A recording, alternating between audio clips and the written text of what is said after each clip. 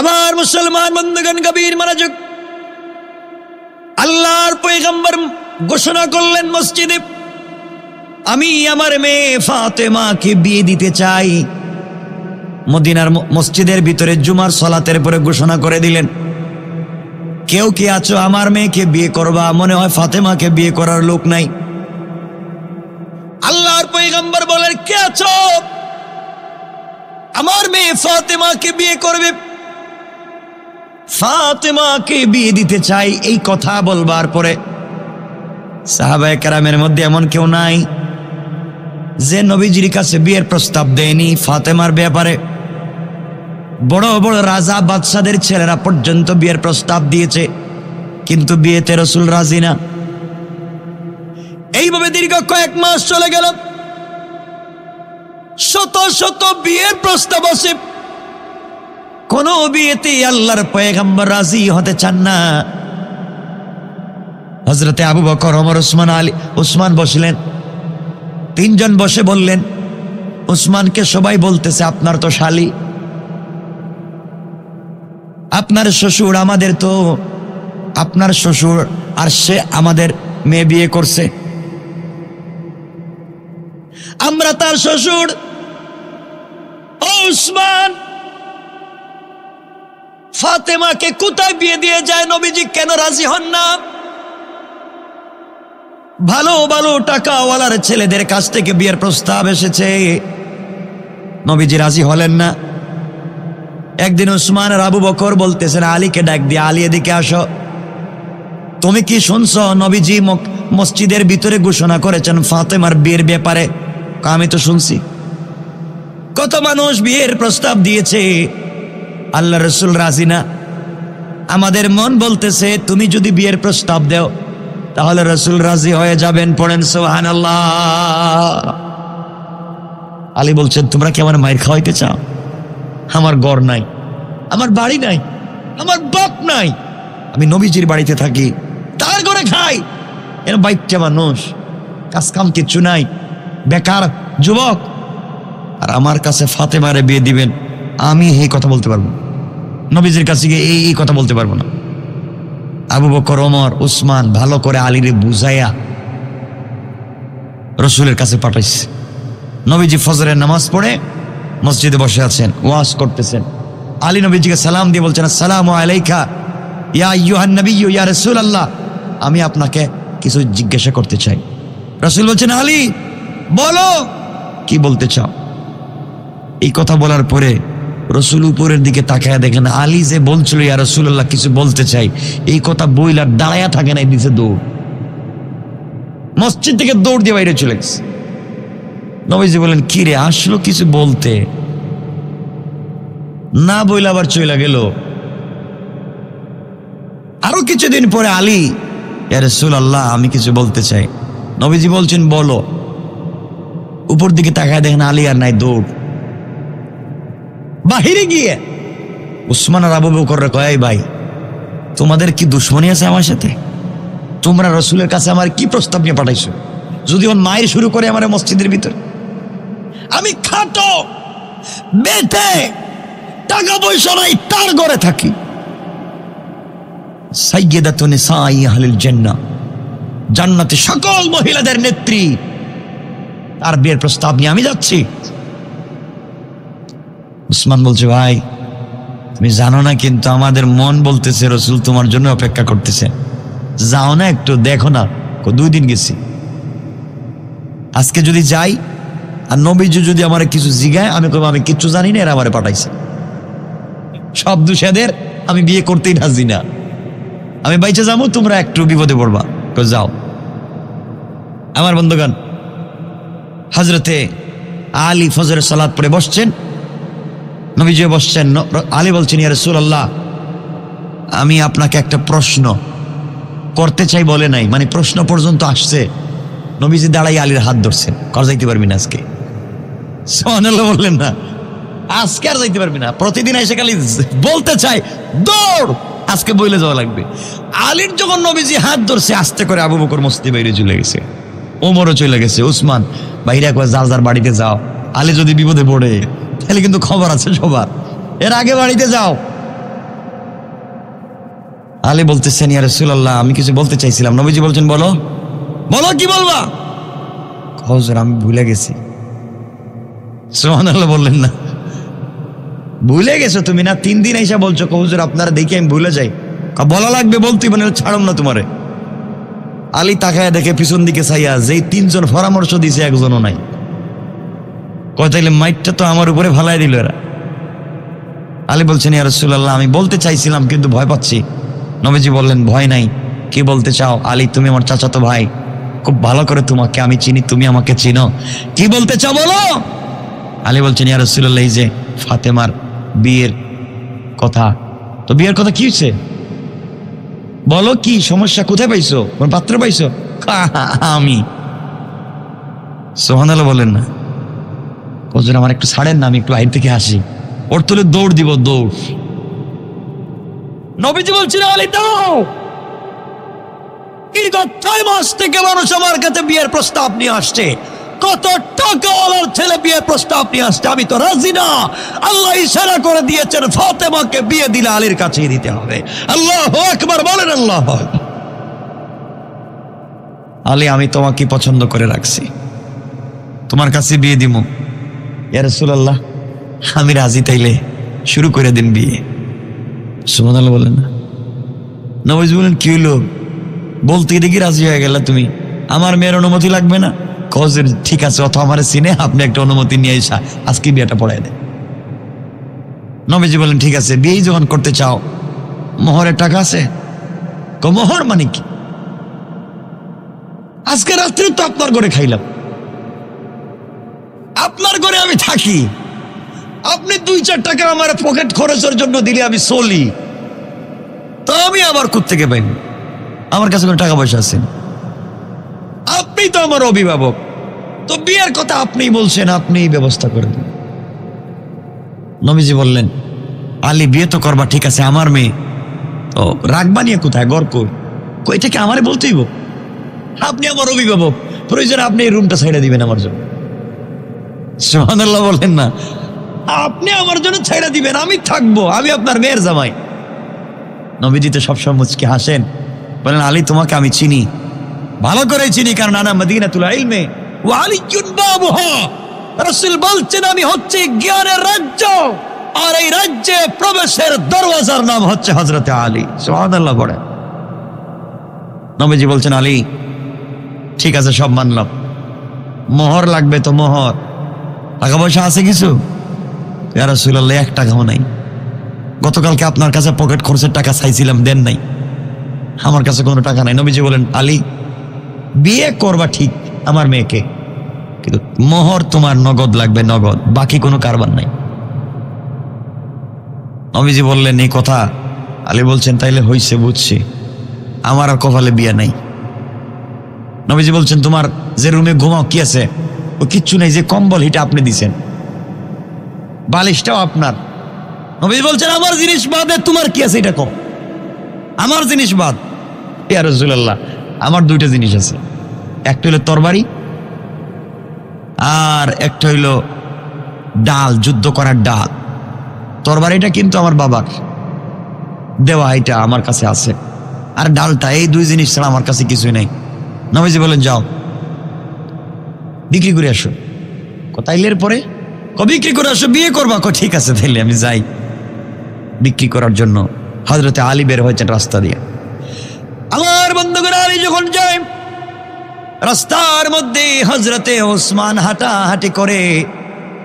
আলী রাস্তা দিয়ে যাওয়ার সময় ওসমানকে দেখছে, কিন্তু কথা না বলে পাশ কেটে চলে যাচ্ছে। ওসমান বলছেন, ভাই আলী, কোথায় যাও? আমার কাজ আছে। কি কাজ? কোথায় যাইবা? কবে আমার ডিস্টার্ব দিয়ে লাভ নাই, আমি একটু বাজারে যাইতেছি, এগুলা নিয়ে। কেন? বললাম, বিক্রি করতে চাই। বললে, বিক্রি করে কি করবা? আমি তো বিয়ে করব। বিয়ে করবা মানে কারে? আমি তো ফাতেমারে বিয়ে করব। কই মিয়া, বুদ্ধি দিলাম আমরা, মানে আমাদের না জানাইয়া না বইলে দেখি ডাইরেক্ট যাইতেছ।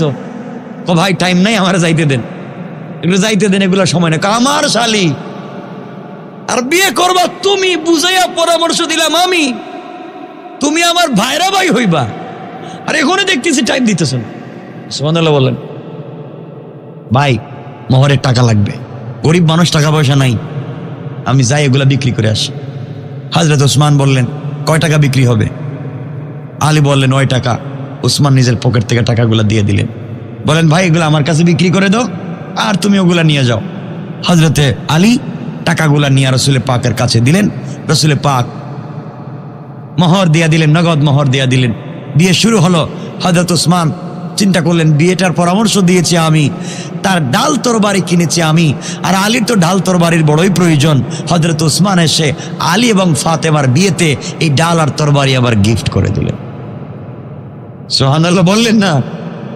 ওসমানকে চিনেন, বিয়াও হলো, মোহরের টাকাও হলো, আলী তার ডাল তরবারিও পাইল, কার কাছে হাত পাতা লাগলো না। বলেন না সুবহান। ইসলাম কত সুন্দর, ইসলাম কত সুন্দর। আমার বন্ধুগণ, লম্বা কথা, বিয়ে হয়ে গেল। নবীজি বিয়ের সময় আলীকে কাছে ডাকলেন, ডেকে বলছেন, আলী শোনো, বিয়েতে আমি কিছুই দিতে পারি নাই, আমি খেজুর পাতা দিয়ে বানানো একটা তোশক, পানি উঠাবার জন্য একটা মশক, আর রুটি তৈরি করার জন্য একটা চাক্কি দিয়েছি, আর ছাড়া কিছু দেই নাই। কিন্তু শোনো, ওটা আমার মেয়ে, আমার মেয়েকে তোমার কাছে বিয়ে দিচ্ছি, খবরদার কখনো তার সাথে অন্যায় আচরণ করবা না, তার দিলে তুমি কষ্ট দিও না। ফাতেমা আমার কলিজার টুকরা, আমার শরীরের অংশ। সুবহানাল্লাহ বলেন না? আলীকে বুঝাইয়া দিলেন। ফাতেমাকে ডাক দিয়ে আলাদা রুমে গেলেন, মা তোমাকে আলীর কাছে বিয়ে দিচ্ছি, আলী আমার কলিজার টুকরা সাহাবী, আলী আসাদুল্লাহিল গালিব, আল্লাহর বিজয়ী বাঘ, তোমার স্বামী। মা কখনো আলীর সঙ্গে বেয়াদবি করবা না, কারণ আলী তোমার জান্নাত, আলী তোমার জাহান্নাম। আলীকে সন্তুষ্ট রাখবে, কেন সিলে আল্লাহ তোমাকে জান্নাত দিয়ে দিবে। দুইজনকে সুন্দর করে আলাদা আলাদা করে বুঝাইয়া দিলেন বিশ্বনবী। এইভাবে আপনারাও আপনাদের ছেলে মেয়েদেরকে এভাবে বুঝাতে পারেন। কিন্তু রাসূল পাকের সময় তাদের বিয়ে শুরু হতো নামাজ দিয়া, কুরআন তিলাওয়াত দিয়া, আর আজকালকে আমাদের বিয়ে শাদী শুরু হয় ড্যান্স দিয়া, যাত্রা গান দিয়া। ঠিক কিনা বলেন? এই জন্য বরকত নাই। এই স্বামী স্ত্রী ভালোবাসার মধ্যে কি হলো দেখেন, কষ্ট হচ্ছে না তো? আমার বন্ধুগণ, এক পর্যায়ে বিয়ে হয়ে গেলাম, তাদের ঘর কেমন সুন্দর হয়ে গেল। মুসলমান শোনো, এই আলী আর ফাতেমা সাইয়্যিদাতুন নিসাই আহলিল জান্নাহ, জান্নাতি মহিলাদের সরদারিনী ফাতেমা আসাদুল্লাহিল গালিব। হযরতে আলী তাদের ঘর চলতেছে, 3 বেলা খাবার জুটে না, 2 বেলা খাবার জুটে না, তাদের ঘরে কোনো কষ্ট নেই, অশান্তি নেই। একবার প্রায় 3 দিন হয়ে গেল,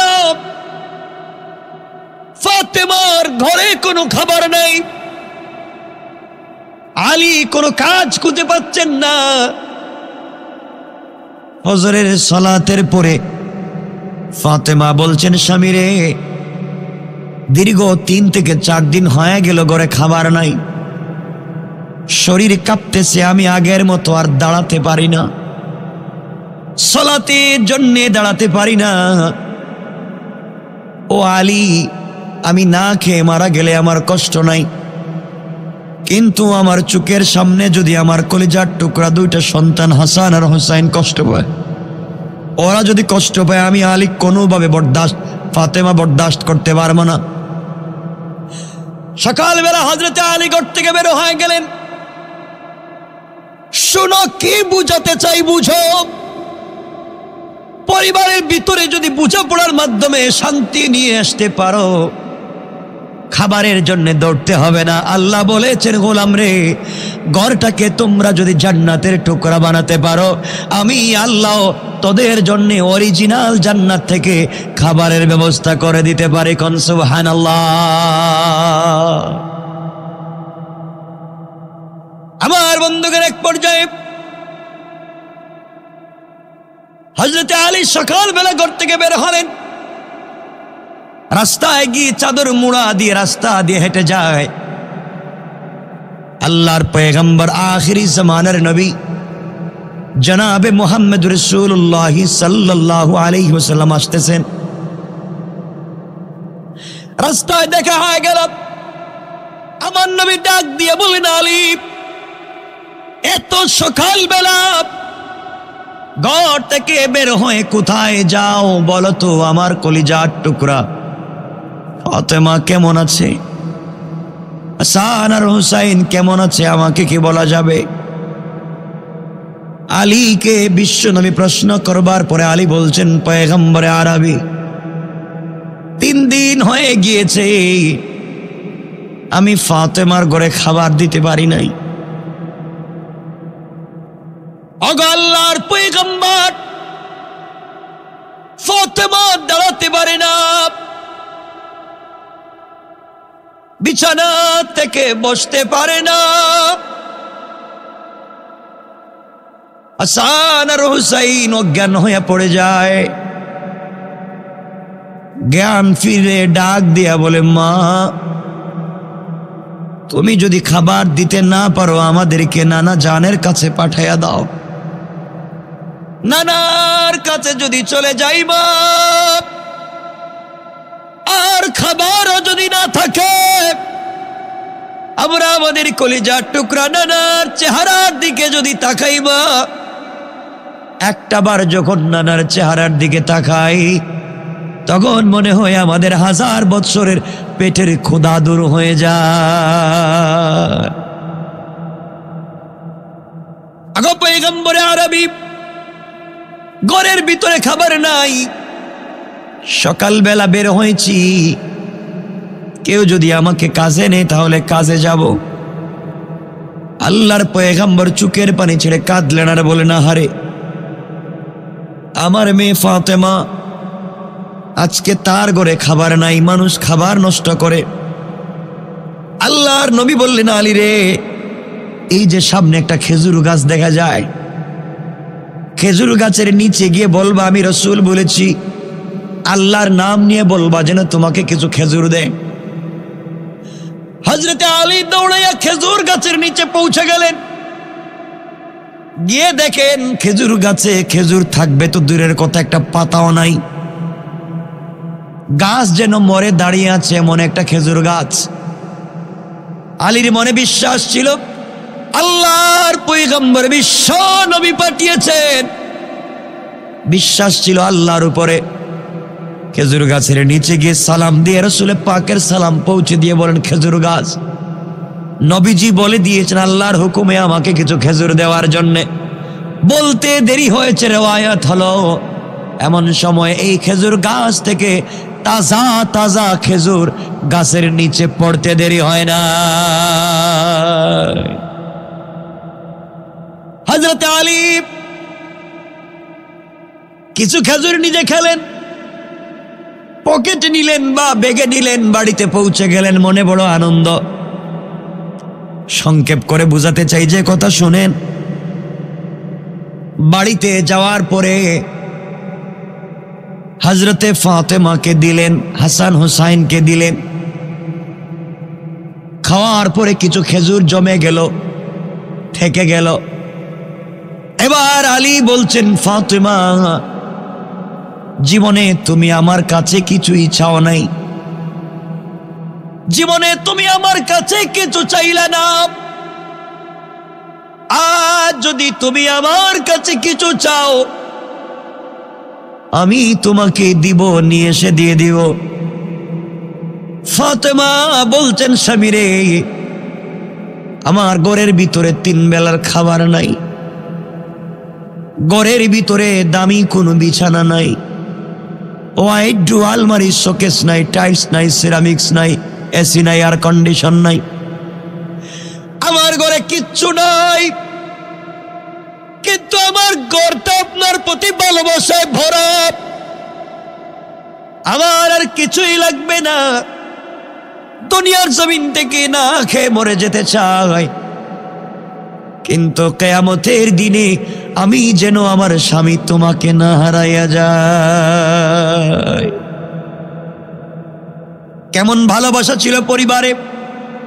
খাবার নাই, দামি কোনো জিনিস নাই, ডিম থাকলে কেমন ভালোবাসা তৈরি হয়ে যায়। বন্ধুগণ, আলী বলছেন, ফাতেমা, আমার কাছে কিছু খেজুর আছে, বিক্রি করে তোমার জন্য আজকে কি আনবো বলো? জীবনে একটা কাপড় চাইলে না। ফাতেমা বললেন, স্বামীরে কিছুই চাইব না, কারণ জানি তোমাকে দিয়ে লজ্জা দিতে চাই না। কিন্তু দীর্ঘদিন থেকে আমি তো অসুস্থ, না খেতে খেতে জ্বর হয়ে গিয়েছে। আমার মন চায় তুমি যদি আমার জন্য একটা ডালিম আনতে পারো, আনার আনতে পারো, ডালিম, আমার কলিজাটা ঠান্ডা হয়ে যাবে। জীবনে কিছুই চাইলাম না, একটা ডালিম চাইলাম। হযরতে আলী বলছেন, স্ত্রী তুমি ডালিম চেয়েছো, আমি নিয়ে আসবো। কি বুঝাতে চাই শুনো।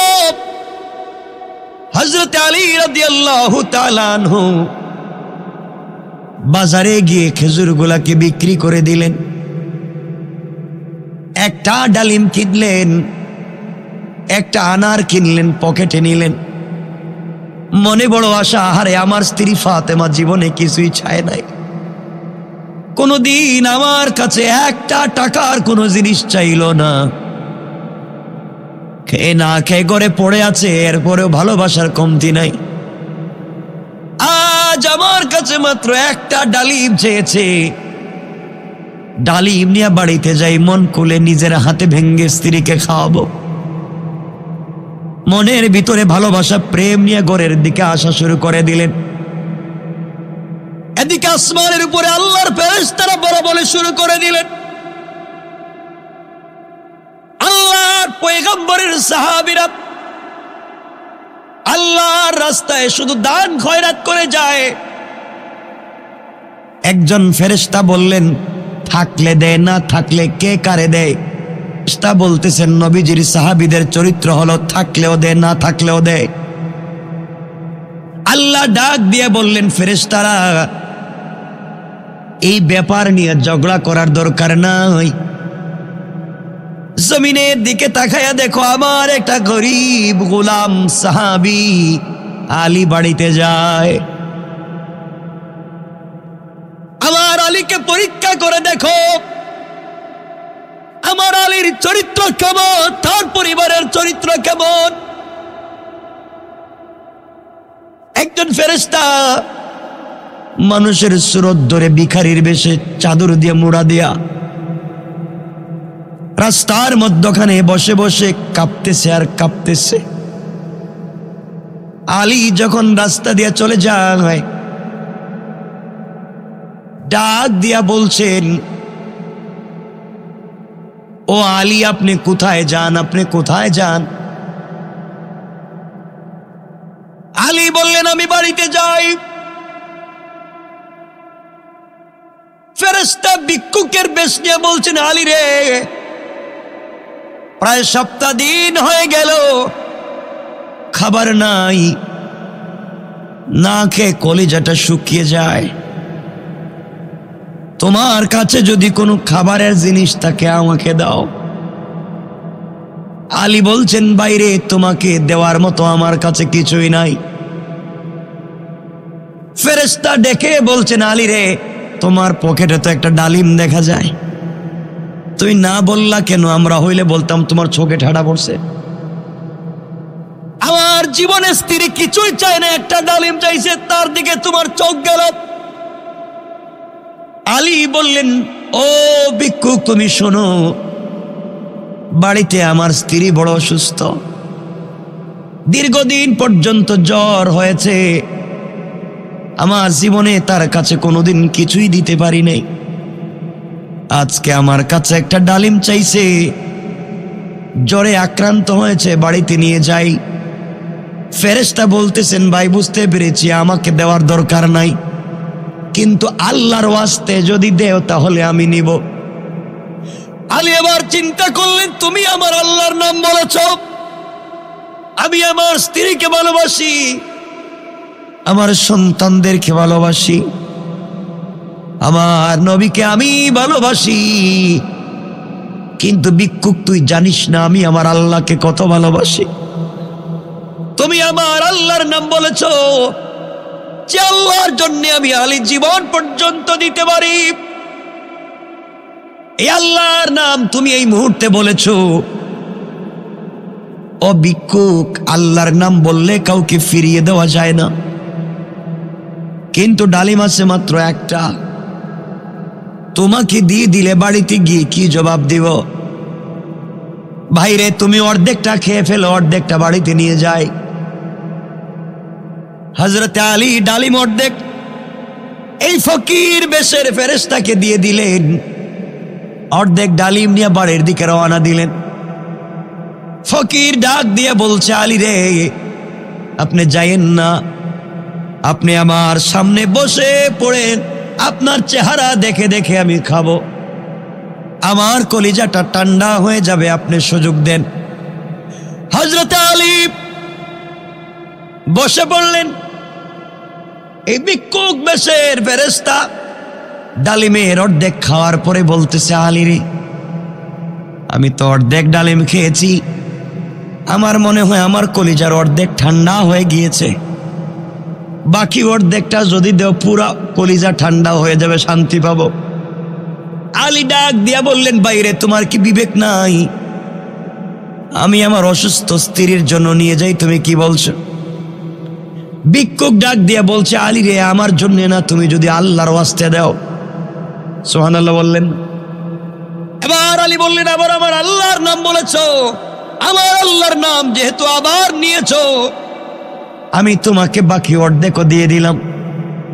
বাকি অর্ধেক দিয়ে এখন বাড়ির দিকে যায়, আর চিন্তা করে এখন কেমনে বাড়িতে যাব, এক কদম যায়, দুই কদম পিছনে যায়, বাড়িতে গিয়ে কি জবাব দিব স্ত্রীকে?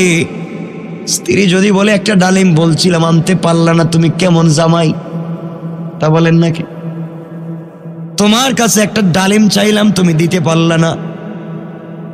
হযরত আলী কষ্ট করে সারাদিন ঘোরাঘুরি করে সন্ধ্যার পরে বাড়িতে ঢুকে গিয়েছেন। বাড়ির ভিতরে ঢুকে দেখেন স্ত্রী ঘরের ভিতরে হাঁটাহাঁটি করতেছেন। হযরতে ফাতেমা মাথায় হাত দিয়ে দেখেন জ্বর অনেকটুকুন কমে গিয়েছে। কথা না বাড়িয়ে ফাতেমাকে বললেন, ফাতেমা চলো ঘুমিয়ে যাই। এর অর্থ হলো কোনোভাবে যেন তার মনে ডালিমটা না আসে, তাহলে বেইজ্জত হয়ে যাব, বেইজ্জতি থাকবে না।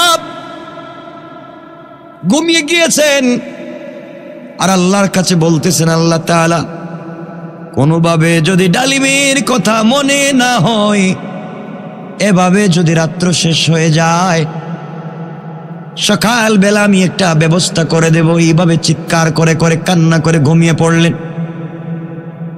রাত্র যখন গভীর হয়ে গিয়েছে, দুনিয়ার মানুষ ঘুমিয়ে গিয়েছে, এমন সময়ে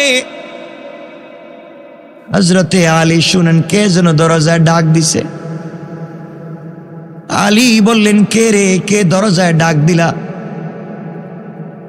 বাহির থেকে আওয়াজ আসছে, আনা সালমান ফারসি, আমি রাসূলের প্রিয় সাহাবী সালমান ফারসি। ও সালমান, তুমি এত রাত্রে আমি আলীর দরবারে ঘরে কেন আসছো? বাইরে তুমি দরওয়াজা খুলে দাও, খুলে দাও, তোমার জন্য সুসংবাদ নিয়ে এসেছি।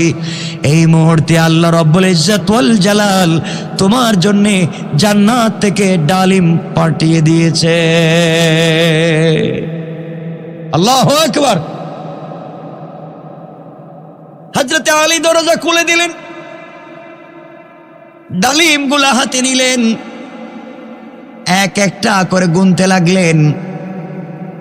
আমার বন্ধুগণ, গোনা হলো, গনে দেখেন 9টা ডালিম। জিজ্ঞেস করলেন, সালমান, তুমি আমার সঙ্গে কেন দুষ্টামি করলা? হয়তো তুমি কারো গাছ থেকে নিয়ে এসেছো, অথবা কেউ দিয়েছে, আল্লাহ দেন নাই। হযরতে সালমান বলছেন, আলী রে, তুমি কেমনে বুঝলে আল্লাহ দেন নাই?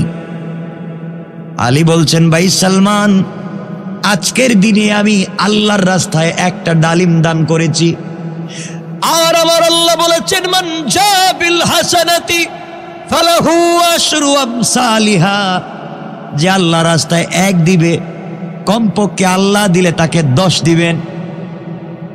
আজ তুমি আমি আল্লাহর রাস্তায় একটা ডালিম দিয়েছি, আল্লাহ দিলে তো আমাকে 10টা দিবে, এখানে দেখতেছি 9টা। সুবহানাল্লাহ বললেন না? এই জন্যে বুঝতে পেরেছি আল্লাহ পাঠান নাই। তুমি কোনো বাগান থেকে নিয়ে এসেছো, আমার সঙ্গে দুষ্টামি করেছ। সালমান বললেন, ভাই একজন বলছিল 10টা দিবে, দিছে 9টা, তো আমার দোষ কি আপনারা এখানে না কেন? আলী ডাক দিয়া বললেন, সালমান, আমি যদি মনে করতাম আমার আল্লাহর নাই, গরিব ফকির, তাহলে মানতাম। আমার আল্লাহ তো গরিব না। যদি মেনে নিতাম আমার আল্লাহ খুব কৃপণ, দেয় না, তাও মেনে নিতাম আল্লাহ তো কৃপণ না, দানশীল। তাহলে 9টা দিবে কেন? 10টা দেওয়ার কথা, আরো বাড়িয়ে দেওয়ার কথা। তুমি বুয়া কার গাছ থেকে নিয়ে এসে আমাকে বুঝাচ্ছ, চলে যাও। হযরতে সালমানকে ঘর থেকে বের করে দরজা লাগাই দিলেন, আবার ঘরের দরজায় নক করলেন।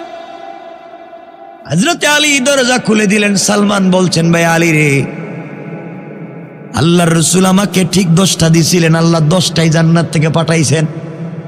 তোমার ঈমান পরীক্ষা করবার জন্য একটা আমার পকেটে রেখে দিছিলাম। সুবহানাল্লাহ বললেন না? বুঝতে চাইছিলাম তোমার ঈমান কেমন। দেখলাম রাসূলের সাহাবীরা 10এ বিশ্বাস করে, 9এ বিশ্বাস করে না। এমন ঈমান একদিনে তৈরি হয় না। পরিবারের ভিতরে যদি আন্তরিকতা থাকে, এমন ঈমান তৈরি হতে পারে। কোন ঠিক কিনা? আমার বন্ধুগণ, ভাই 12:30 হয়ে গেছে, আমি সঙ্গে করে দেখি, আলম্বা করার দরকার নেই। হ্যাঁ বাপরে বাপ, গতকালকে একটা 10 হয়েছে, তো আজকে 10 পর্যন্ত করবো না? গতকালকে উঠছে দেরিতে, তো আজকে উঠলাম তো অনেক আগে উঠলাম। কয় ঘন্টা হয়েছে হিসাব আছে? 2 ঘন্টার উপরে। কষ্ট হচ্ছে না? কয় না,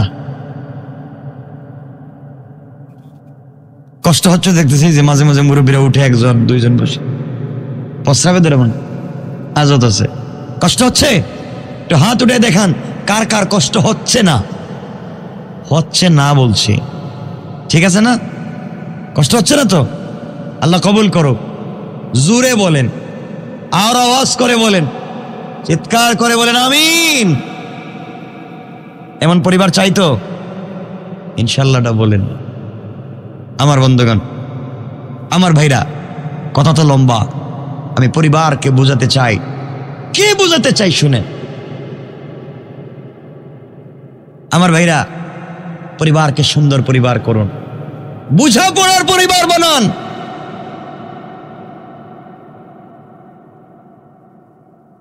আমার বন্ধুগণ, হযরত আলী কাররামাল্লাহু ওয়াজহা আরেকদিন বের হয়েছে। নবীজি বলছেন, মা, নিজের মেয়েকে ডাক দিয়ে বলছেন, মা শোনো, আমি জানি তোমার আগেও একটা মহিলা জান্নাতে যাবে। সুবহানাল্লাহ বললেন না? ফাতেমা বলছেন, আব্বাজান আপনি কি বলছেন? আমার আগে আমি তোমার মেয়ে, বিশ্বনবীর মেয়ে, হাসান হোসাইনের মা, আলীর স্ত্রী, খাতুনে জান্নাত, জান্নাতি মহিলাদের নেত্রী আমি। গোটা দুনিয়ার মহিলারা আমার কর্মী, আর আমার আগে কেউ জান্নাতে যাবে? নবীজি বলছেন, ফাতেমা অবশ্যই যাবে, তোমার আগে একটা মেয়ে জান্নাতে যাবে। আচ্ছা, এই কথা শুনলে কার না রাগ উঠবে? কোন তো কথা বলেন না কেন? যে আমার এত পাওয়ার, আমার বাপ কেমন, আমার ছেলে কেমন, আমার স্বামী কেমন, আর আমি কেমন, আমার মা কেমন। আমার মা হচ্ছেন এই পৃথিবীর প্রথম মুসলিম নারী, খাদিজাতুল কুবরা, যাকে স্বয়ং সালাম দিয়েছেন আল্লাহ। না সুবহানাল্লাহ, এটা আগামী বছর কেমন?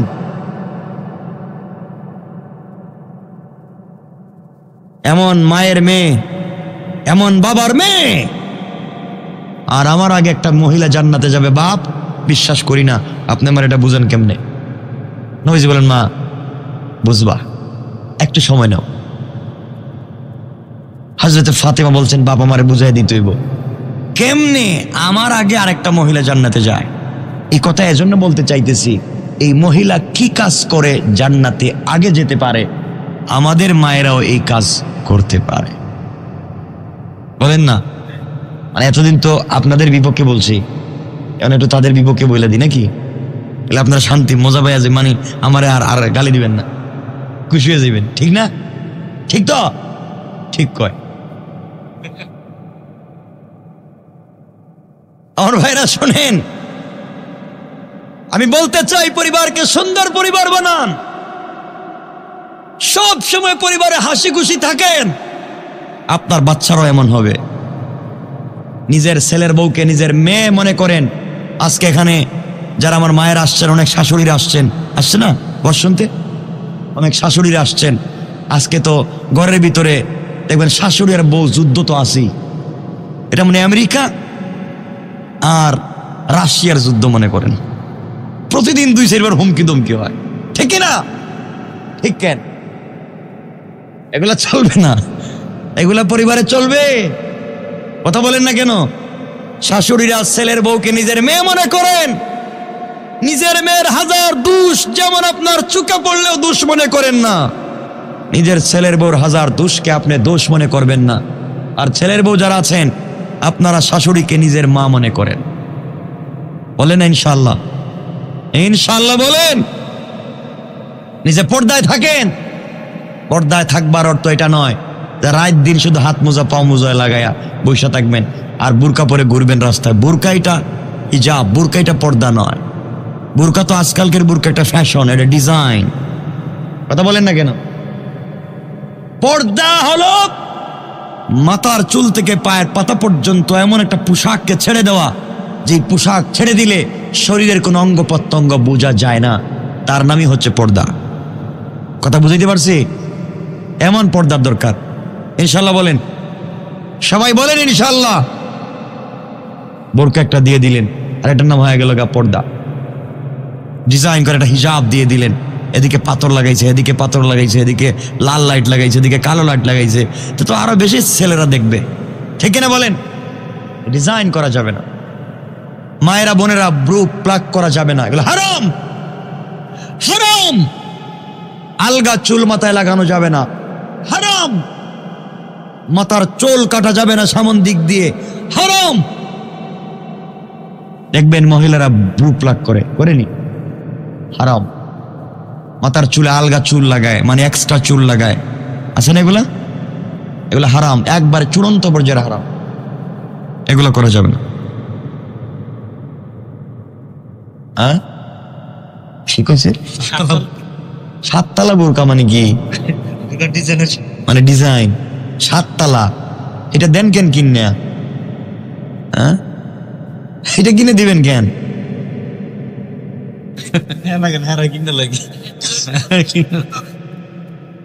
মহিলাদেরকে মার্কেটে দিবেন কেন? তাদের নিজের মতো চলতে দিবেন কেন? ঘরকে সুন্দর ঘর বানান। ফজরের সময় বাচ্চা কাচ্চা সহ নারী পুরুষ সবাই ঘুম থেকে উঠে যান, পরিবারের সবাই ওযু করেন, নামাজ শুরু করেন। ঘরকে সুন্দর করে দিবেন কে? আওয়াজ করে বলেন কে? হযরতে ফাতেমা রাসূল পাক বলছেন, মা তোমার আগে একটা মেয়ে জান্নাতে যাবে। ফাতেমা বলছেন, বাপ এগুলো বুঝি না, আমার আগে জান্নাতে যাবে, মেয়েটারে দেখাই লাগবে। দেখা লাগবে না? না আপনাদের দেখা লাগবে নি, না জানা লাগবে? এই মেয়েটা কে? সেই মেয়ে যা আমার আগে জান্নাতে যাবে, সে কাজটা কি করছে আমি জানতে চাই। নবীজি বললেন, মা তুমি জানতে পারবে। এর আগে তোমার কাছ থেকে একটা ঘটনা জানতে চাই। কি ঘটনা বাবা? ঘটনা হলো, মা তোমাকে যে আমি একটা শাড়ি দিয়েছিলাম, বিয়ের সময় একটা কাপড় দিয়েছিলাম, কাপড়, এই কাপড়টা কোথায়? আমি তোমাকে কিছুই দিতে পারি না, বিয়ের দিনে গিফট দিয়েছিলাম কাপড়, ওটা কোথায়? বাবা আমি এগুলা বিক্রি করে দিয়েছি। মা বড় কষ্ট পেলাম, তুমি কাপড়টা বিক্রি করে দিয়েছো শুনে। মা তুমি জান্নাতে যেতে চাও সবার আগে, কিন্তু কেন তোমার আগে একটা মেয়ে জান্নাতে যাবে, কেন তুমি পিছনে যাবে, এটা তুমি নিজেই জানো। ফাতেমা বলছেন, আব্বাজান আমি তো জানি না। আমার বন্ধুগণ, তাহলে সেদিকে আমরা যাই। একবার দীর্ঘদিন হয়ে গেল, ফাতেমার ঘরের ভিতরে যখন খাবার নাই, ঘরের ভিতরে রান্নার ব্যবস্থা নাই, হযরতে ফাতেমা দাঁড়াতে পারেন না, বসতে পারেন না।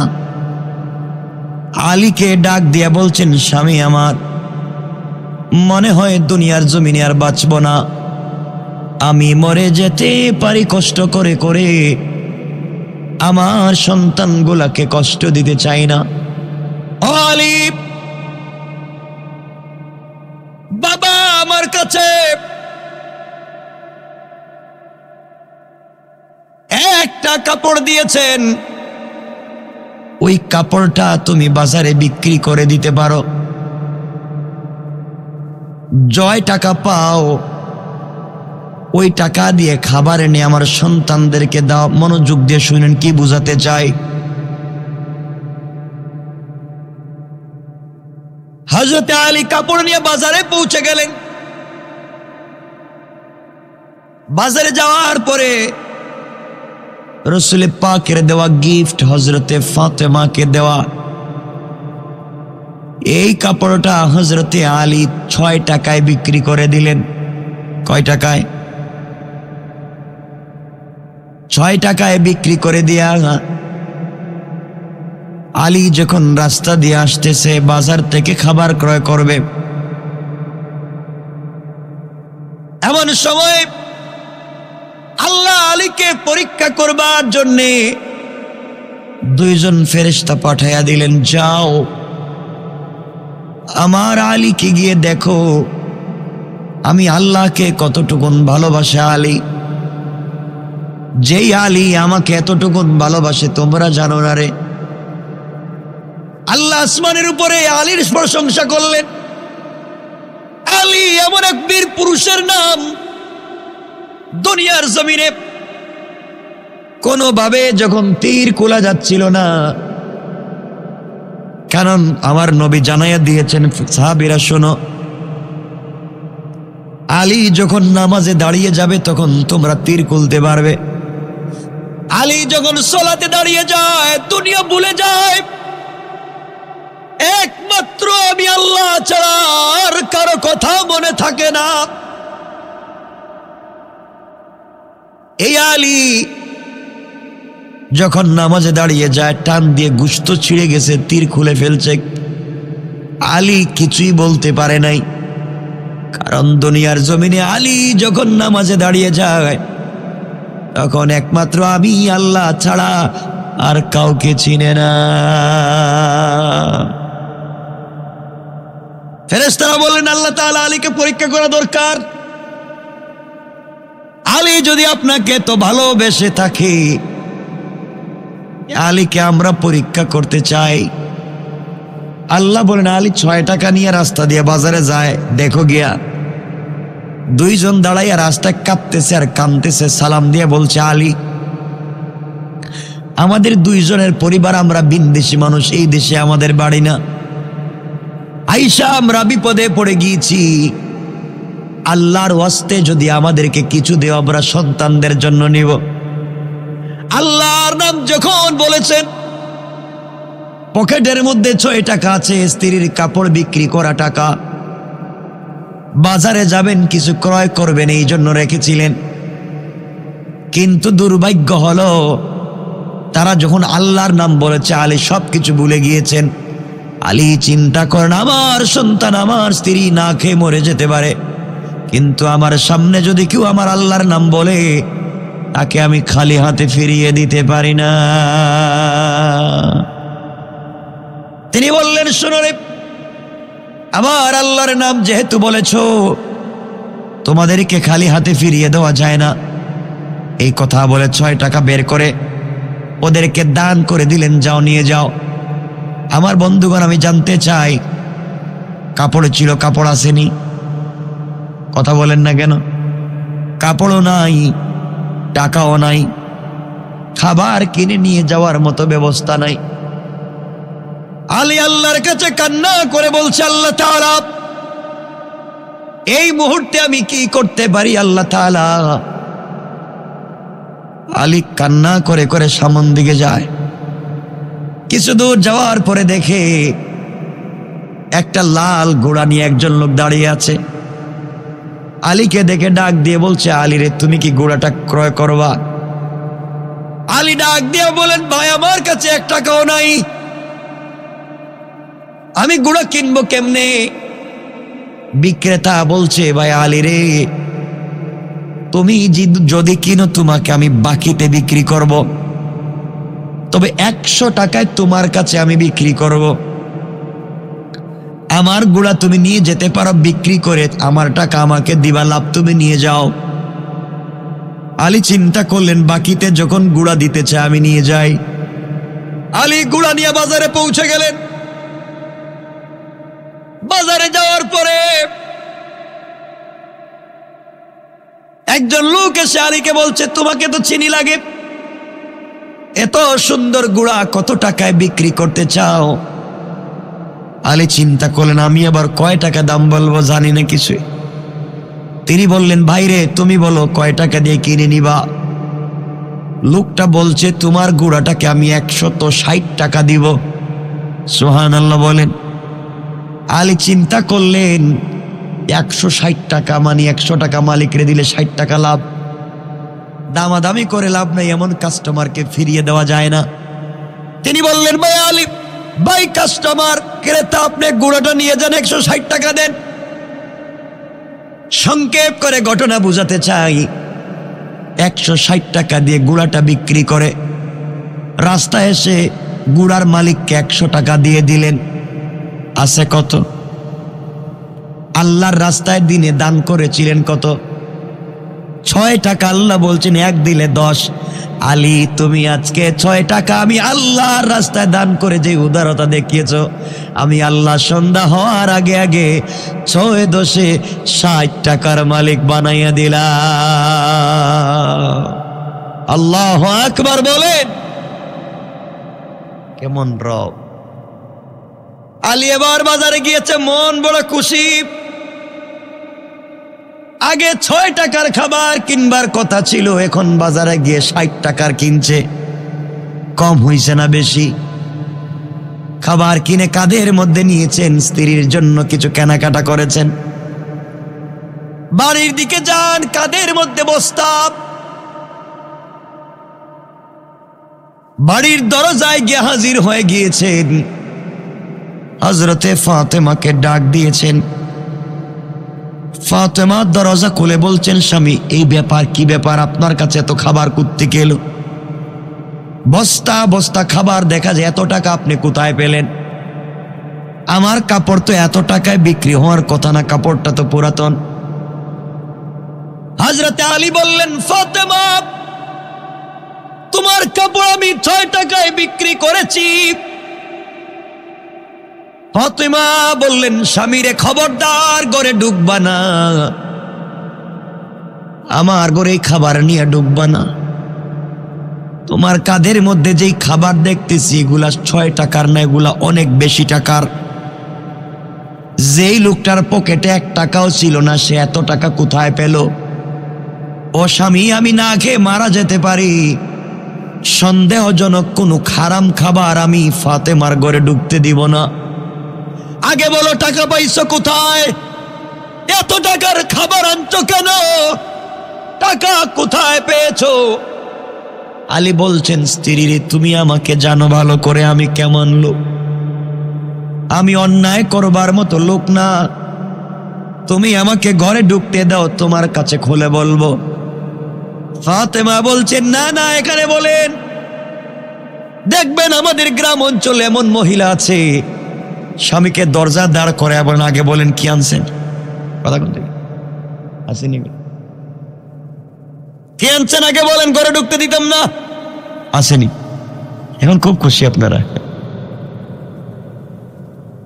আমাদের এলাকায় গ্রামগঞ্জে এমন মহিলা আছে।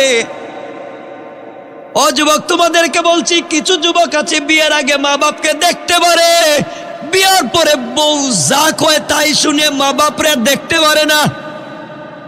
কথা বলেন না কেন? এখন খুশি, এখন আওয়াজ বাড়তেছে, দেখতেছি, আমি রূপ বুঝতেছি আপনার।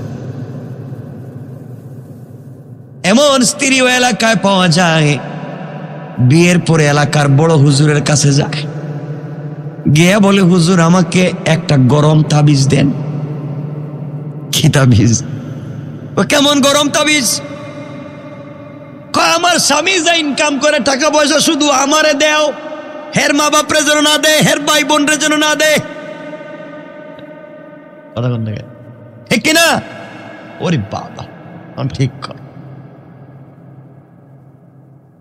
আমার বন্ধুগণ, শুধু আমারে দেও। হুজুর বলতেছেন এমন তাবিজ শুধু আপনারে দিব যেন তার মা বাপরে দেখতে না পারে। আজকাল কেমন তাবিজ দেয়, ঘরের ভিতরে তাবিজ দিয়া মারামারি ঝগড়া লাগাইয়া দেয়। এগুলা আছে না? আছে এলাকায় আছে আছে। হুজুর তাবিজ লিখতেছে 2000 টাকা বেশি দিন, এমন তাবিজ দিতেছি স্বামী বিদেশ থেকে ঢাকা থেকে যা টাকা ইনকাম করবে সব তোমারে দিব। জীবনে তার মা বাপরে দেখতে পারবে না, ভাই বোনরে দেখতে পারবে না। গরম তাবিজ দিতেছি, একটা বালিশের নিচে রাখবা, একটা কম্বলের নিচে, একটা পালঙ্গের নিচে, একটা ভিজাইয়া পানিতে খাওয়াইবা 13 দিন। ঠিক কিনা কথা কন? আর একটা আগুনের মধ্যে চুলাই দিবা, তো কলিজায় যাও জলের ভিতরে জ্বলবো। ঠিক আছে নি? হ্যাঁ, একটা দিবা দরজার মুখের মধ্যে দিবা। আর আরেকটা তাবিজ, যে তাবিজ লেইকা দিছো এই হুজুরের কপালে ঠাডা পড়বার জন্য। কথা বলেন না কেন? এই তাবিজ লিখতে কইছে কেডা তোমারে? পরিবারের ভিতরে তাবিজ দিয়া শয়তানি লাগাইয়া মা বাবার মধ্যে ঝগড়া, স্বামী স্ত্রীতে ঝগড়া, ভাইয়ে ভাইয়ে ঝগড়া, পরিবারে পরিবারে ঝগড়া লাগাইয়া দিতে বলছে কে? কথা বলেন না কেন? এগুলা করেনি কেউ? এগুলা হালাল না হারাম? আমার বন্ধুগণ,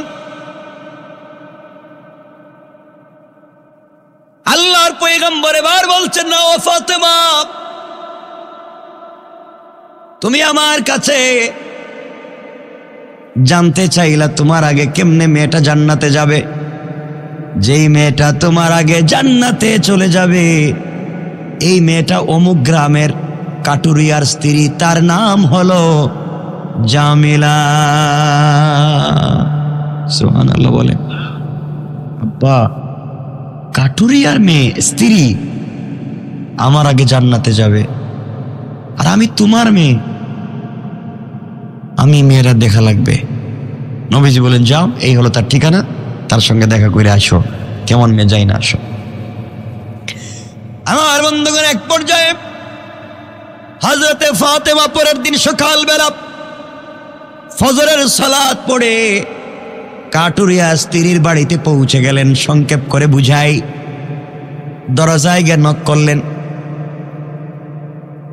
ঘরের ভিতর থেকে আওয়াজ আসছে, কে আপনি?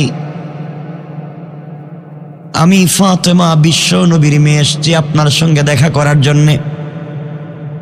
দিনের বেলা ঘরের দরওয়াজা বন্ধ করে রেখে দিয়েছেন কেন? দরজা খুলেন, ঘরে ঢুকতে চাই। ঘরের ভিতর থেকে আমার মায়েরা কান খাড়া করে শুনেন কি বলতে চাই।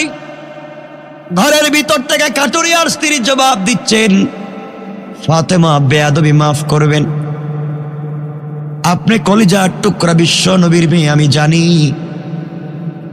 কিন্তু আমার স্বামী তো আমার ঘরে নাই। স্বামী ফজরের নামাজ পড়ে কাঠ কাটবার জন্য জঙ্গলে পৌঁছে গিয়েছেন, আর আমার স্বামীর অনুমতি ছাড়া পৃথিবীর কোনো মানুষের সঙ্গে আমি দেখা করতে পারি না। ফাতেমা বললেন, কি বলো তুমি? আমি তো মেয়ে মানুষ, আমার সঙ্গে দেখা করলে তোমার পর্দা লঙ্ঘন হবে না, তাও তো আমি বিশ্ব নবীর মেয়ে। কাটুরিয়া স্ত্রী বলছেন, ফাতেমা, আমি জানি আপনার সঙ্গে দেখা করলে আমার পর্দা নষ্ট হবে না, বরং বরকত নিতে পারবো, কিন্তু আমার স্বামীর ইজাজত লাগবে, অনুমতি লাগবে।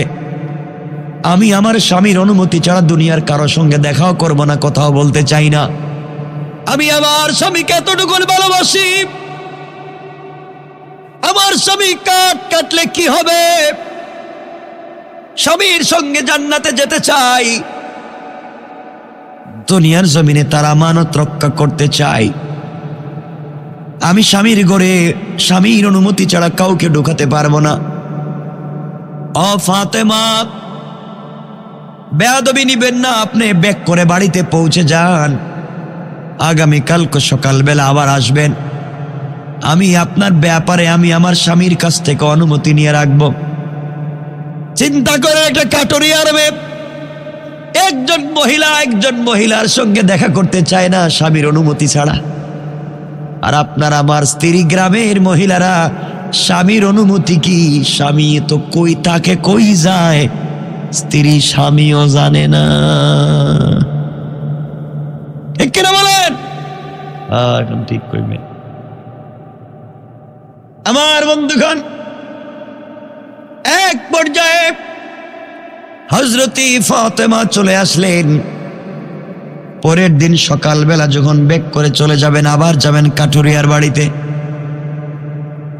হযরতে হাসান জড়াইয়া বলছেন, মা গতকালকে সকালবেলা কোথায় গিয়েছিলা, তোমাকে খুঁজে পাই না, আজ আমাকে না নিয়ে তুমি যাইতে পারবা না। ফাতেমা ডাক দিয়া বললেন, বাবারে আমাকে একা যেতে দাও। হাসান বলছেন, আম্মা জান তুমি আমাকে না নিয়ে যাইতে পারবা না। ফাতেমা বললেন, বাবা চলো আমার সঙ্গে চলো। হযরতে ফাতেমা হাসানকে নিয়ে চলে গেলেন। কাটুরিয়ার বাড়িতে পৌঁছে সালাম দিয়ে বললেন, বোন আমি গতকালকের ফাতেমা এসেছি, দরজা খুলে দাও। হাসান বলতেছেন, আম্মা জান বুঝতে পেরেছি গতকালকে আপনি ওই জায়গায় এসেছিলেন। ঘরের ভিতর থেকে কাটুরিয়ার স্ত্রী জামেলা ডাক দিয়া বলছেন, বোন ফাতেমা দরজা খুলে দিতে পারি, আপনি এসেছেন, কিন্তু আপনার কাছে একটা পুরুষ বাচ্চার আওয়াজ শোনা যায়, সে কে? ফাতেমা বললেন, আমার ছেলে, ও প্রাপ্তবয়স্ক নাবালিগ হাসান আমার সঙ্গে এসেছে, দরজা খুলে দাও। কাটুরিয়ার স্ত্রী জামেলা বলছেন, বোন ফাতেমা বেয়াদবি নিবেন না, আমি আমার স্বামীর কাছ থেকে আপনার ব্যাপারে অনুমতি নিয়ে রাখছি, কিন্তু হাসানের সঙ্গে দেখা করবার অনুমতি নেই নাই। আপনি আজও বেক করে চলে যান, আগামীকালকে আসবেন, আমি হাসানের ব্যাপারেও অনুমতি নিয়ে রাখবো। পড়েন সুবহানাল্লাহ। ফাতেমা বললেন, বোনরি আমার ছেলে নাবালিগ ছেলে, তার সামনে বের হলে কিছু হবে না। কাটুরিয়ার স্ত্রী বলছেন, ফাতেমা আমি জানি কিছু হবে না, কিন্তু আমার স্বামী তো আমাকে অনুমতি দেয় নাই, আর আমার স্বামী অনুমতি না দিলে আজরাইল ছাড়া ঘরে কাউকে ঢুকতে দিতে পারি না। চিন্তা করেন কেমন আমানতদার। হযরতে ফাতেমা জবিক করে চলে আসলেন। পরের দিন সকালবেলা তিনি যখন চলে যাবেন, হযরতে হুসাইন মাকে জড়াইয়া বলতেছে, আম্মা জান গতকালকে সকালবেলা ভাইকে নিয়ে কই গেছিলা, আমাকে নেও নাই, আজ কিন্তু আমাকে না নিয়ে যাইতে পারবা না। হযরতে ফাতেমা নাসুর বান্দা হুসাইনকে রেখে যেতে পারলেন না। আজ হুসাইন সাথে গেল। কাটুরিয়ার বাড়িতে পৌঁছার পরে সালাম দিয়া বলছেন, বোনরে দরজা খুলে দাও, আমি ফাতেমা এসছি, গতকালকে যে এসেছিলাম। হুসাইন বলতেছেন, আম্মা জান গতকালকে বাইরে নিয়ে তুমি এই বাড়িতে আসছিলা। এবার কাটুরিয়ার স্ত্রী বলছেন, ও ফাতেমা আজ আরেকটা ছেলে মানুষের কণ্ঠ শোনা যায়। ফাতেমা বলেন, ওটা আমার ছোট ছেলে হুসাইন। জামেলা বলছেন, বোন বেয়াদবি নিবেন না, আপনি চলে যান, আজও আমি দেখা করতে পারবো না, কারণ হুসাইনের ব্যাপারে স্বামীর সঙ্গে কোনো কথা বলি নাই, আর স্বামীর অনুমতি ছাড়া আমি দুনিয়ার কারো সঙ্গে কথা বলতে পারবো না, দেখা করতে পারবো না। বিরক্ত হয়ে চলে আসলেন। চতুর্থ দিন গিয়েছেন, একা একা গিয়েছেন, দরজায় নক করে বলছেন, ফাতেমা এসছি, দরজা খোলো। মহিলা দরজা খুলে সালাম দিয়েছেন। ফাতেমা ঘরের ভিতরে ঢুকলেন। ঘরের ভিতরে ঢুকে কি আশ্চর্য কারবার! ঘরের দরজার মধ্যে দেখা যায় একটা দড়ি রাখা, ঘরের দরজা একটা ছড়ি রাখা মানুষকে পিটাবার জন্যে, ঘরের দরজার সামনে একটা চাকু রাখা, ছুরি রাখা। জিজ্ঞাসা করলেন, ও জামেলা এগুলা কি? জামেলা বলছেন, ফাতেমা, আমি সব সময় স্বামীর আনুগত্য থাকতে চাই। আমার গলার কণ্ঠস্বর যেন কোনো কারণে স্বামীর উপরে না যায়। সকল কাজে আমি স্বামীকে সন্তুষ্ট করতে চাই। কোনোভাবেই যেন স্বামীর সঙ্গে আমার বেয়াদবি না হয়ে যায়। এরপরেও কোনো কথায় স্বামী যদি আমার কোনো কাজে কষ্ট পায়, ঘরের দরজায় দড়ি রেখে দিয়েছি। স্বামীকে বলে দিয়েছি, স্বামী রে, আমার কোনো আচরণে যদি আপনি কষ্ট পান, এই দড়ি দিয়ে আমাকে আচ্ছা মতো করে বাঁধবেন, এই ছড়ি দিয়ে আচ্ছা মতো করে আপনি পিটাইবেন। এই ছুরি দিছি, বড় অপরাধ করলে হত্যা করে দুনিয়া থেকে বিদায় দিবেন। আমি আমার স্বামীর বিরুদ্ধে চলে স্বামীকে কষ্ট দিয়ে দুনিয়ার জমিনে 1 মিনিটও থাকতে চাই না। আমার স্বামী কষ্ট পায়, আমার স্বামীর দিলে আঘাত লাগে, ব্যথা লাগে, এমন কোনো কাজ আমি করতে চাই না। আমি স্বামীর ভক্তি, স্বামীর সাথে জান্নাতে যেতে চাই। হযরতে ফাতেমা চোখের পানি ছেড়ে দিলেন, বাড়িতে ব্যাক করে চলে আসলেন। বাবার কাছে লম্বা কথা, বাবার কাছে গিয়ে বলেন, আব্বা জান, মহিলার বাড়িতে গিয়েছিলাম, মহিলার চরিত্র সম্পর্কে জেনেছি, সব বুঝলাম। ওই মহিলা জান্নাতি, এতে সন্দেহ নাই। স্বামীকে বড় ভক্তি করে, স্বামীর শ্রদ্ধা করে, স্বামীকে সম্মান করে, স্বামীর কণ্ঠের উপরে কথা বলতে চায় না। সব ঠিক আছে, আমি মানছি বাবা জান্নাতি, কিন্তু আমার আগে কেমনে জান্নাতি আমাকে বুঝাও, আমাকে বুঝাও, আমার আগে কেমনে জান্নাতে যাবে। নবীজি বললেন, মা রে, ও মা, তুমি শুনো, ওই মেয়েটা স্বামীর সঙ্গে কি আচরণ করে। একটা কথায় স্বামীকে কষ্ট দিতে চায় না। আর তুমি চিন্তা করো, ওই দিনের ঘটনা, যেই দিন আলী খাবার নিয়ে তোমার ঘরের দরজায় গিয়েছিল। মা রে, তুমি আমার মেয়ে হাসান হুসাইনের মা, তোমার স্বামীকে দরজায় দাঁড় করাইয়া তুমি কেন হিসাব চাইলে? মারে, তুমি তো আলী ঘরে গেলেও সুন্দর করে বলতে পারতে, কথা বলেন ঠিক কিনা? সুন্দর করে আলী ঘরে গেলে বুঝাইয়া বলতে পারতে, ঠান্ডা মাথায় বলতে পারতে। ওই জায়গায় তুমি তাকাইয়া দেখো কাটুরিয়ার স্ত্রী জামেলার কি চরিত্র আর কি ব্যবহার, স্বামীর সঙ্গে জামেলার কি আচরণ হয়েছে। ওই দিন তুমি আলীর সঙ্গে কি আচরণ করেছ? আলীর সঙ্গে ওই একটা কথা বলেছ তুমি, জামেলা জিন্দেগি তুই কাজটা করে নাই, এই জন্যে তোমার আগে 1 পয়েন্ট পৌঁছে গিয়েছে। তোমার আগে জান্নাতে যাওয়ার জন্যে, স্বামীর সন্তুষ্টি তার জন্য বড় কাজ করে দিয়েছে। বলেন সুবহানাল্লাহ। ফাতেমা বলছেন, আব্বা জানের পরেও বুঝি নাই। বলেন। এবার নবী বলছেন, ফাতেমা তাহলে বুঝো, তোমার স্বামী আমার দেওয়া কাপড় 6 টাকায় যার কাছে বিক্রি করেছিল, যিনি 6 টাকা দিয়ে আমার দেওয়া কাপড় কিনেছে, দুনিয়ার সাধারণ ক্রেতা না, ওনার নাম হলো ইসরাফিল। ইসরাফিলকে আল্লাহ আসমান থেকে পাঠাইয়া দিয়েছিলেন, তিনি কাপড়টা ক্রয় করে নিয়ে জান্নাতে রেখে দিয়েছেন। আর তোমার স্বামীর কাছে যিনি লাল গুঁড়া বিক্রি করেছেন, তিনি দুনিয়ার কোনো ক্রেতা নয়, তিনি হচ্ছেন আল্লাহর ফেরেশতা হযরতে জিবরাইল। জান্নাত থেকে লাল গুঁড়া নিয়ে এসেছে, আলীর কাছে বিক্রি করে দিয়েছেন। আলী বাজারে গিয়া যার কাছে গুঁড়াটা বিক্রি করেছে, তিনি আল্লাহর আরেকজন রহমতের ফেরেশতা, তার নাম মিকাইল। তিনি গুঁড়াটা ক্রয় করে জান্নাতে নিয়ে রেখে দিয়েছেন, আর আমার দেওয়া কাপড়টাও জান্নাতে রেখে দেওয়া হয়েছে। মারে, তুমি যেই দিন জান্নাতের ভিতরে যাবে, আল্লাহ তোমাকে জান্নাতে যাওয়ার জন্য একটা গুঁড়া দিবেন। এই গুঁড়া হবে ওই লাল গুঁড়া। গুঁড়া চলতে গেলে তুমি থাকবে, গুঁড়ার পিঠে গুঁড়ার লাগাম লাগবে। ওই লাগাম হলো তোমার বিক্রি করা সেই 6 টাকার কাপড়। কোন সুবহানাল্লাহ। এই কাপড় হবে ওই দিন গুঁড়ার লাগাম। ওই ঘোড়ার পিঠে থাকবে তুমি সওয়ার, আমি যেমন ঘোড়ার পিঠে থাকবো, আমার ঘোড়ার লাগাম থাকবে বেলালের হাতে, মারে তুমিও থাকবে ঘোড়ার পিঠে, আর ঘোড়ার লাগাম থাকবে কাটুরিয়ার স্ত্রী জাবেলার হাতে। সুবহানাল্লাহ বলেন। বেলাল যেমন আমার আনুগত্য করে আমাকে ভালোবাসে জিন্দেগি শেষ করে দিল, বিনিময়ে আমার ঘোড়ার লাগাম ধরবার সুযোগ পেয়েছে।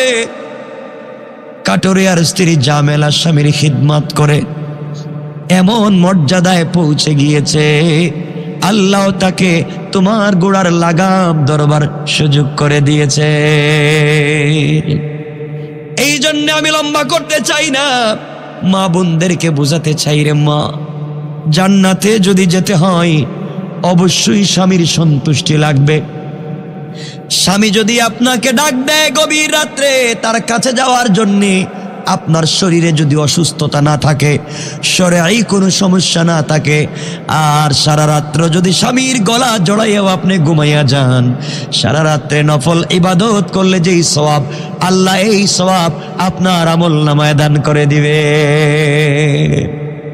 কোন স্ত্রী যদি স্বামীর চেহারার দিকে তাকায় মুস্কি হাসে, কোন স্বামী যদি স্ত্রীর চেহারার দিকে তাকায় মুস্কি হাসে, কপালে চুম্বন দিয়ে ঘর থেকে বের হয়ে যায়, আল্লাহ বলছেন একটা মকবুল হজ করলে যেই সওয়াব, আল্লাহ এই সওয়াব স্বামী স্ত্রীর আমলনামার মধ্যে দিয়ে দিবেন।